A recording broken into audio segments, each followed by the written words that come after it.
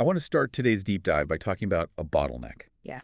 A huge, frustrating bottleneck we all deal with every single day. Mm, You have this incredible brain, right? Firing off complex thoughts, emotions, all of it.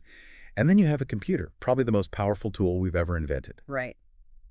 But how do you get the thought from here to in there? You usually have to squash it flat. You have to translate this rich idea into a series of clicks or drags or keywords you type it into a A box. direct manipulation paradigm? Exactly. It works, but it's incredibly low bandwidth compared to how we actually communicate. Right, because when I talk to you, I'm not just outputting text. I'm waving my hands around, I'm pointing at things, I'm changing my tone. It's a rich, messy, high bandwidth signal. And that is exactly what we're getting into today.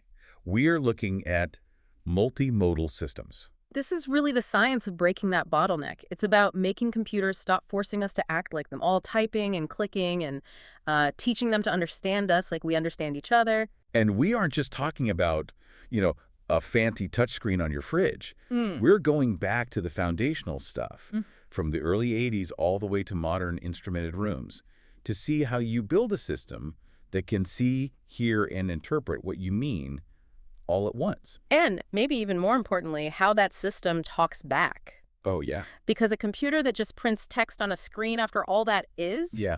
it's missing half the point. It Ah. needs to know when to speak, when to show a picture, and when to just beep at you. Okay, but before we get to the robots, and we have some very cool robot stuff to talk about, we need to clear something up. Mm-hmm. The source material makes a really big deal about the difference between mode, medium, and code. They do, and it's not just academic nitpicking. It's actually mission critical.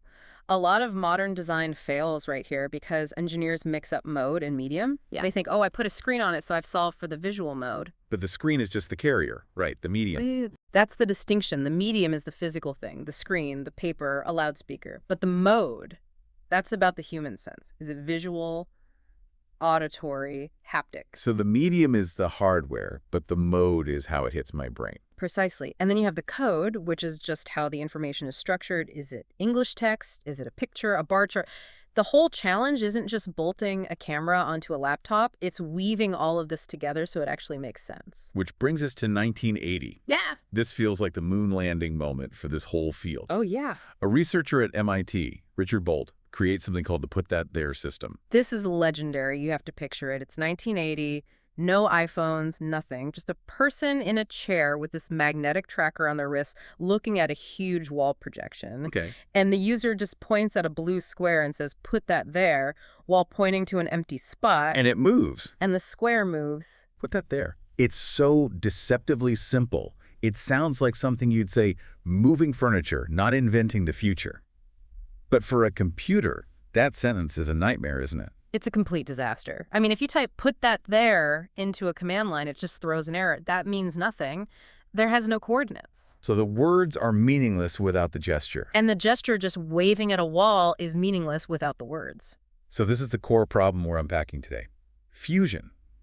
How do you take these two completely different streams of data, audio, and motion and fuse them into one single command? Well, the research basically outlines two main paths. The first one is what we call early fusion or low-level fusion. Is that like just throwing everything into a blender? That's a great way to think about it, actually. You take the raw signal data, the pitch of the voice, the raw coordinates from the sensor, and you just mix it all into one giant data vector before you even try to figure out what was said. That sounds chaotic. It is. It's really hard to write rules for that kind of soup. You can't just tell the computer if you see a pointing motion, look for a noun. It doesn't know what a noun is yet. It's just seeing numbers. So what's the other way? The other way, and this is much more common now, is late fusion. So if early fusion is a blender, late fusion is more like a committee meeting. Okay, I like committee meetings a little more than blenders. Who's on the committee? You've got your speech department, they take the audio, they do their thing, and they come up with the transcript of what they think you said. Then you've got the vision department.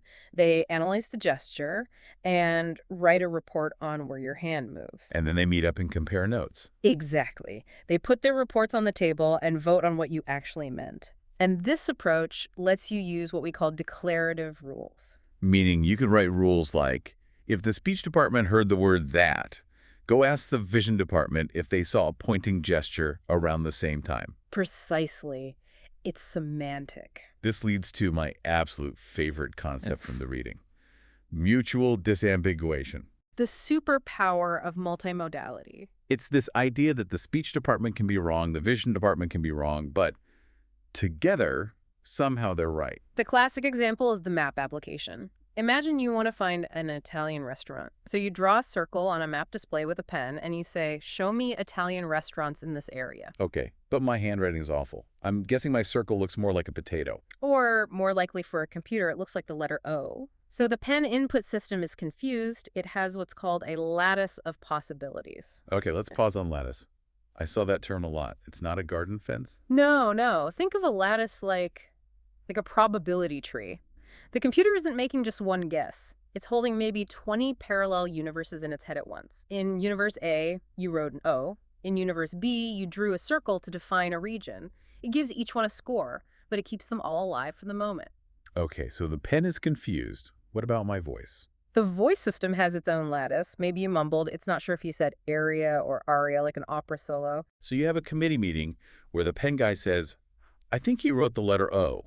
And the voice guy's going, I think he's talking about opera. Individually, they fail. But in Fusion, they overlay those lattices. The system looks for a path that makes sense across both. The grammar of show me restaurants in this needs a location. Area fits, area doesn't. Right, and if the word is area, then the drawing has to be a region. It can't be the letter O. So the voice corrects the pen and the pen reinforces the voice. That's mutual disambiguation. One study found this accounted for a 46% success rate in fixing errors. It's not a nice to have. It's the only reason these things work. There's a catch, though, isn't there? I can't just point at my screen, go make a coffee, and then come back and say, delete that. No, absolutely not. That's the constraint of temporality. The system uses time as a filter. In one of the main systems, Quickset, the rule was strict. The speech and the gesture had to overlap or happen within, like, 3 or 4 seconds of each other. If you miss that window, the committee shreds the reports. Pretty much. It assumes they're unrelated. And you also have spatial constraints. If you point at a map and say, this city, the system will actually ignore the rivers and the mountains in that area. It filters the search based on the type of word. It's incredible how much context we take for granted. Which brings us to the really subtle stuff, the concept of grounding. In a real conversation, we don't just throw data at each other. We're constantly confirming that the data was received. Grounding is the handshake of communication. It's the little nod, the eye contact. Take that away and everything feels broken. And there's this fascinating breakdown of an interaction between a human and a robot in the reading that shows just how complex this little dance is. It's great. It's not just robot speaks, human acts. It's way more subtle. So let's walk through it. The robot wants the human to look at a green square. Step 1. The robot looks at the square and points. That's the opening signal. Okay, robot serves. Step 2. The human looks at the square. This confirms attention, but we're not done. Step 3. The human looks back at the robot and nods. That confirms understanding. Got it. I see what you're pointing at. Yes. Then step 4, the human does the task. But here's the crucial bit that most systems miss. Step 5, the human looks back at the robot again. Okay, I'm done, look. Exactly. It's a turn-taking signal. It means your turn. And research shows that if the robot doesn't meet that gaze, if it just keeps staring at the square, the human gets confused. They hesitate. They think, did I do it wrong? Is it broken? The gaze is like the punctuation mark at the end of the sentence. It really is. Thanks. Gaze management is just as important as the code. And speaking of things that are hard for computers to read, emotions. Uh-oh. Text is terrible for emotion. If I text you, that's great. I could be sincere or I could be dripping with sarcasm. How does the system figure that out? Well, you can't use a dictionary. You need other data. There was one study that actually hooked users up to physiological sensors. It monitored their heart rate while they were talking to the system. Wait, they used a heart rate monitor as a spell checker for intent? Sort of, yeah. They were trying to tell the difference between a proposal and a directive. If you say, we could go here, are you asking politely or are you telling the machine what to do? And your heart rate gives it away. They found that physiological arousal, basically, how stressed or amped up you are, correlated pretty well with you giving a direct command.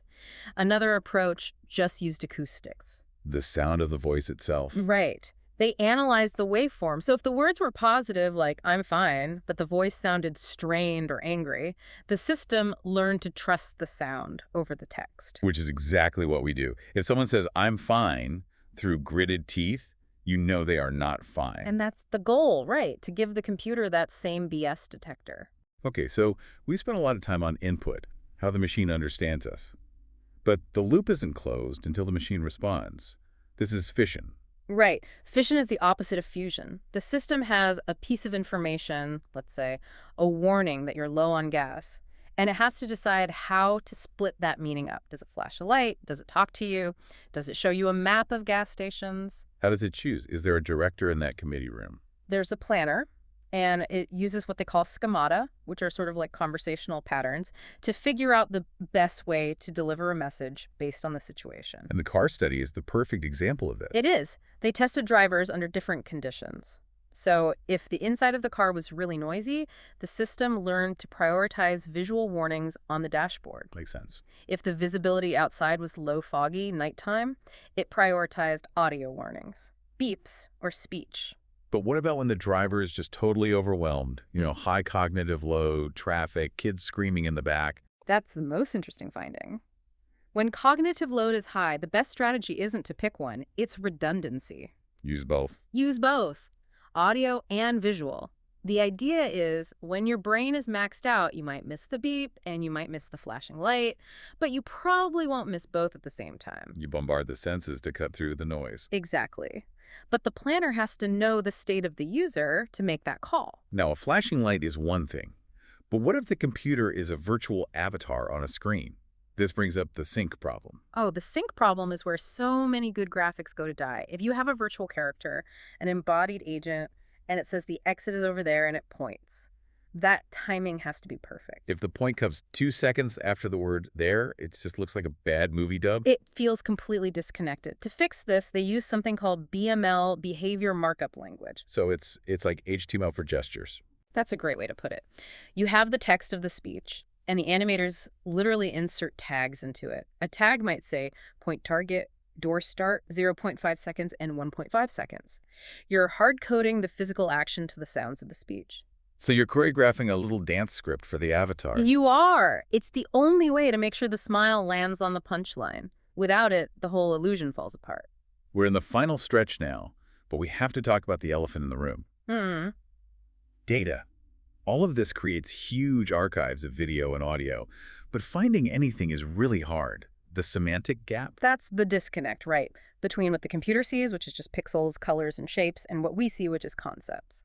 If I want to find a video of a sad movie, the computer doesn't know what sad looks like. It just sees pixels. So how do multimodal systems bridge that gap? They use natural language as the bridge. There's a system mentioned, IMOD, that lets you search a video database with a mix of speech and touch.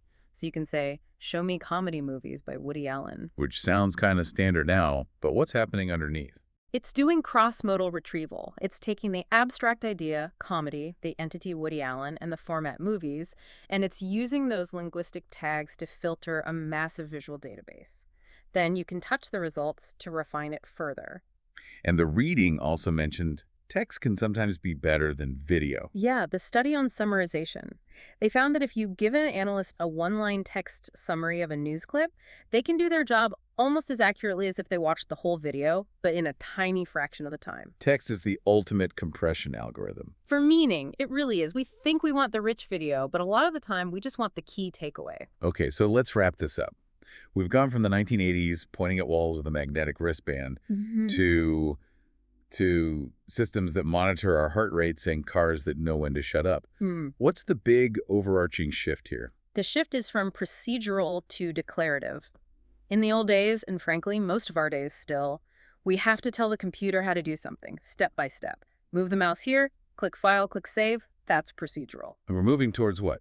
We're moving towards declarative. Save this file, put that there, I'm hungry. We declare our intent, and we trust the system to figure out the how. It chooses the mode, the medium, the code. But, and I want to leave our listeners with this leads to a really strange future.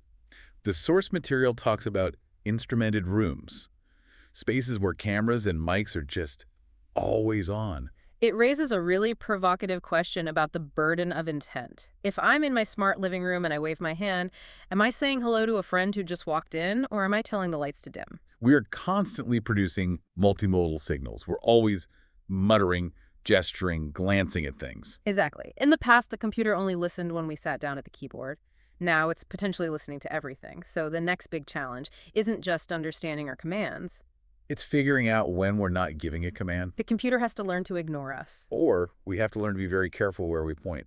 A world where we have to watch our body language in our own homes. On that slightly unsettling note, thanks for deep diving with us into multimodal systems. My pleasure. We'll see you in the next one.